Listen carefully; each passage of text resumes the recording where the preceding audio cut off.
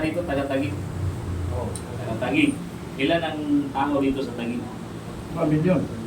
Ha? Milyon. Paano kaya kung makuha ng WGSI ang 500,000 lang? Ano sa tingin niyo? Ha? Kita lang yan eh. Sa piso lang. Huwag na tayo lumayo. Sa piso na lang. So anong gagawin natin? Ang gagawin natin, magtutulong-tulong tayo. Okay? Ipapalaganap natin dito sa buong Taguig yung programa ng Teletrenor. Okay? Yung Teletrenor na awan. Ito nakikita niyo. Ang maganda nito sa program na to ay isang cellphone. Lahat ng network kaya mong lugar. Kahit kuryente load, kaya mong lugar dito. Ganun ka-powerful to. Parang Gcash. Ha? Parang Gcash din. Hindi. Ang GCash, ang pagkakaiba nito sa GCash, si GCash, pag wala kang data, mabubuksan mo ba ang data mo? Hindi. Maluludan mo sarili mo? Hindi. O ang tanong, pag nag-load ka sa GCash, may patong wala. Meron. Mayroon, automatic patungan ka. O dito, sa Teletrenor, pag mayroon kang 1%, 1 to 2%, depende sa network. Bawa 20, ang mababawas lang is 18 something. Plus, papatungan mo ng 5. Pero kailangan may regular... Wala. Yun ang good news yun. Diba? Uy, makakaload ka nito kahit wala kang personal load. Yun ang maganda ron. Ang lalagay mo lang dito sa cellphone mo, load, wallet. Wallet. Oh, wallet lang. Parang Gcash. Ikaw mo mag-load kung wala kang wallet dun eh. Ida-download lang. Ida-download lang yung apps. Meron kami apps dito. Okay, ito. So maraming tanong. Alin ba ang yumayaman? Nagbibinta ng load o nagsusupply? Ha? Supply. Tama? Oh, supplier. So dapat bawat isa sa atin, supplier. Pwede ka wala kang capacity mag-dealer, pwede naman. Reseller, pwede ka mag-reseller. Kikita ka pa rin. Kikita ka dito. Walang tapon dito. Okay? So ako dito, supplier. Ang good news, ang sinusuplayan ko, Luzon, Visayas, Mindanao. Kahit na nagpapanood sa akin nasa Mindanao, kaya pag-supplier siya. Niluludan ko ngayon, nasa Tacloban. Niluludan ako. Abot sa ibang bansa rin. Pwede, kasi meron na tayong messenger. Mayroon kami training dito na pinababa dito. Ang opisina natin ay nasa Muñoz, sa main office. Nandun yung pinaka-main. Dito. May sayad ang training. Libre. Ano maganda nun? Libre. Silan sa'yo? Gusto mo yung... Diba? Dalawa din? Sige. Diba? O yun. Ulitin ko ha. Wala kang choice kundi gamitin yung program natin. Kasi ilang taon ka na gumagamit ng cellphone. Diba? Dekada na, di ba? Wala kang tulo sa'yo, paano makikita? Wala, kami lang. Kaya good news na yung tulo sa akin to. Business na. So, pinaka-blessing sa akin to, okay, na naitulo sa akin yung business na. Marami na dito. Pag pumunta kayo ng opisina, mga bata pa, mga estudyante, kumikita ng 10,000-15,000 a week. Magkano ang Mga estudyante. SIM? Ang SIM card mo, yun ang i-activate namin. Yung activation, yun ang may bayad. Plus loan, wallet. Okay? Yung program namin is tinatawag na magbubuo tayo. Actually, napaka-good news natin kasi nasa community na tayo. Buo na yung community natin sa Gadgad. Nandiyan na eh. So, ang gagawin lang natin, empower lang natin yung lahat ng kapatid natin. I-empower lang natin sila gamit yung technology na to. Diba? Ang good news nito, diba? This oras ng gabi, diba? Emergency. Okay? Paglulod ka. Okay? O, ludan mo yung sarili mo. Hindi ka na lalabas ng bahay. Yan ang good news. Diba? Ang ako nga doon, gusto ko lang makalibre. Kaya lang, nakita ko, ginagawa ko na siya, parang kakaiba na nangyayari kasi. Nakakalibre na ako, nakatulong pa ako, kumikita pa. Okay ba yan? Tayo mo ng pera niya. Secret. Kaya nga, very selfish ko naman kung hindi ko i-share sa ating mga kapatid. Okay? Kasi tinutulungan niya natin yung mga hindi natin kapatid. Siyempre, unahin ko muna yung mga kapatid. Di ba? So, okay, question. Magkano? Magkano naman yung SIM card? Ha? Hindi, Dali activation. lang. Mura lang. Magkano kaya mo? Negosyo negosyo kinegosyohan. Depende kasi sa kakayanan to. Yung babanggitin mo yung presyo, pag di depende yan, sa kalabot ko sa'yo. Ay, kunyari, sample, 100. Tandaan, hindi ka pa qualified. Alip. User ka pa lang, user. 10,000. 10,000. Good news yan. Qualified ka. 5,000. Qualified. Hanggang magkano ba minimum? Basta 1,000. Basta 1,000. Qualified yan. Qualified yan. Ay, 1K okay na. Ha? 1K okay na. 1K.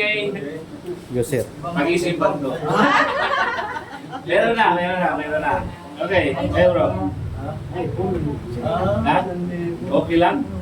Eh, maganda yan. Ang nila. Hindi, yung kaya mo. Yung kaya mo kasi baka hindi, express eh. 10,000 yung kaya, ha? 2,000. Pwede. Kasya. Okay? So ngayon, lahat ng binanggit nyo mayroon, maliban sa 100. Mababa yun. Oo, tanawin kita, ano ba negosyo itayo mo sa 100? Wala eh. Wala, di ba? Oo, wala. Di ba? Yung 1,000 meron. Meron na dito yun. Kaya na yun. Di ba? So, yun ang programa na inano namin dito. Lahat na training, ibababa namin yung libro. Para ka lang, pagka-download kasi yun sa cellphone mo, tuturuan lang namin paano gamitin, paano i-load siya. How to activate, how to load, nandito na siya. Paano naman nakikita ng 1,000? Sa 1,000, partner, maganda. 1,000. Computation kasi. Reseller lang kasi yun. Ha? Reseller lang. Reseller lang kasi yun. Top up. Top up lang, patong. Hindi, ito. Tapatin mo na. Magkano ang talagang membership? Para Okay. Hindi na kami magkulang. Okay, papasa ko sa aking senior partner. Kasi siya yung pinaka-senior mentor ko dito. Okay? So, at least may idea na kayo. Papasa ko, itong partner ko, galing pa to ng Davao. Bisaya rin? Bisaya. Galing Davao, okay? Sa kanya ko nakita yung programa na to. Marami siya natulungan. So, gabi ko, kilala kami. Sabi ko, gusto ko expand yung tulong na yun sa kapatid muna namin para may share namin. Okay, hindi ko na pala tagalin si aking partner, si Neil Cabugos. Palakpakan naman natin. Ano, kabukos? Cabugos. Kano, may kilala kang Juan? Leonard?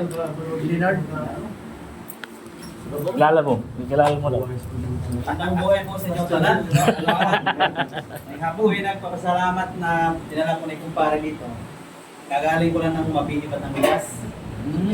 Sabi niya, baba ka ulit ito, pre, kasi share natin yung concept sa mga guardian. So, I'm from Ilongos Leyte, Tumbong Ilongos Leyte, Bulaan po. Then, nakapag-asawa ko ng Davao Oriental, kaya nasa Region 11 na po ako. 1 month pa ako mahigit sa Manila, kasi nag-request yung Luzon. Kasi, ito paano may income na, maski natutulog, may income kasi lahat ng tao naglulog. At pag-build na po kasi ako ng rapport, ng grupo, ng organization ng mga subscribers. So, bigyan ko lang idea, wala pong pinipili ang negosyong ito. As long as active load users. Sino ang active load users dito? Lahat, no? Lahat. Lahat. Na-encounter ko to 2013. pero inactive ako start 2017, 18, 19, 20, hanggat nag-COVID. Di ba may COVID? Noong COVID po, ang daming nabagong kapagkainan sa negosyong ito kasi wala na lumalabas eh. Yung kumpare ko nga sa Mabini, hindi sila nagpapakuna eh. Puro on cellphone lang sila, pero nakapag-sales po sila ng 20 million sa load consumption kasi hinawakan nilang Mabini area. Napakagandang ano po. Then, pakilala ko lang po sa inyo ang may-ari dito, mayor po ng PAMI Laguna. Mayor po ng PAMI Laguna, mga Reviosa Brothers. Matagal na po sila sa telecommunication, almost decades na sila, na buo yung concept ni Mayor Lorenzo 2012. Na-encounter namin to 2013. Wala rin experience kasi dati pa akong factory worker eh. Dati pa akong PT. Alam yung PT? Professional tambay. PT, professional tambay. Walang trabaho eh, no? So, naturuan lang din, naaral, yung concept, at nakita ko, hindi na kailangan i-sales talk kasi ako, hindi ako marunong Tagalog eh.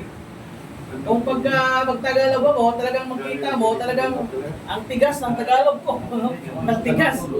So, ang nakita ko sa negosyong ito, araw-araw, ginagamit ng tao, tama po ba? Yes. Di mo na kailangan i-sales talk ang bawat pamilya kasi kung wala kayong cellphone, hindi na kailangan mag-sales talk pa ka. Mag-cellphone ako mag-share, wala mga cellphone, tama po? Yes. Kasi hindi po ako ahente para mag-sales talk sa inyo. Ito po ay maunguna ang inyong organisasyon. Ang tawag po niyan is Empowerment Consumerism Program sa lahat ng load users bawat family. So empowerment, walang bintahan po ito. Pag-subscribe ka ng program, mag-load kayo sa bawat pamilya ninyo. Pag nag-load kayo, may mayroon kayong rebates. Ano yung rebates? Yung Yes, rate. pag nag-shopping ka sa mall, di ba nakalikom ka, Mercury Drugs, 7-Eleven, tama? Meron. Every time makalikom ka Points. ng points, ibibili ba ng product nila? Yes. Diba dito, hindi ibibili. Gawin mong gawin mong pera. Pwede mong i-encash. Mas maganda siguro, ano? Kung bayad sa kuryente, kung ang kuryente mo ay electronics na, mayroon tayong bills payment doon, pwede pang bayad. Yung income natin, pwede pang bayad sa Meralco. Kung naka-electronics na yung, ano mo, yung Meralco mo. Then, pwede din tayo mag-cash in, cash out. Ano yung cash in, cash out? Yes. Bawat membro, pwede na mag-cash in, cash out. Kikita ka sa cash in, cash out. Yumaman ba, Gcash sa cash in, cash out? Yes. May power ka na, maski retailer ka lang, kaya mo na mag-cash in, cash out. Maganda yung gano'n? Kalalabas lang po talaga. Kaya sabi ni paring Bob, kung parang hindi naman ko alam, tamang-tama yung decision making mo na mayroon ng cash in, cash out. Kasi, ang yumayaman sa cash in, cash out, yung may mga pera lang po talaga. Pati kung ordinary lang, tama? So, i-ano ko lang sa inyo, mga, 5 minutes lang po ito, no? Kasi pag gusto niyong complete training, upuan po natin, no? At upuan natin, ituturo namin sa inyo. Ako, sir. Gusto ko complete. Complete training para mas maganda. Ang bibili natin dito, yung program, yung franchise, yung prangkisa. May prangkisa tayo na 300 pesos, may 1,000, ang tawag doon reseller. Mayroong ang reseller, bawat pamilya kasi, pwede kayong mag-system owner. Pag sinabing system owner, buong Pilipinas, market mo. Buong mundo, market mo. Basta may Telegram, mayroong Viber. Pag Messenger, daming hackers dyan. Kaya in-stop ang Messenger, daming hackers. Itong buwan nga po ito, 3 hackers po ang nag-hack sa Gcash ko. Matindi po yung concept nila. Mag-send ng piso, then edit yung Chris number. I-edit nila. Tapos, pag hindi mo mabantayan, talagang may scam ka. Ang gagaling po ng mga hackers talaga, no? So, ayan, dami mga Pilipino na hack. Ngayon po, ang ating pong programa, dito, pag gusto mo lang magkaroon ng savings, discount, or convenience, pwede ka mag-start sa 300 piso, may 100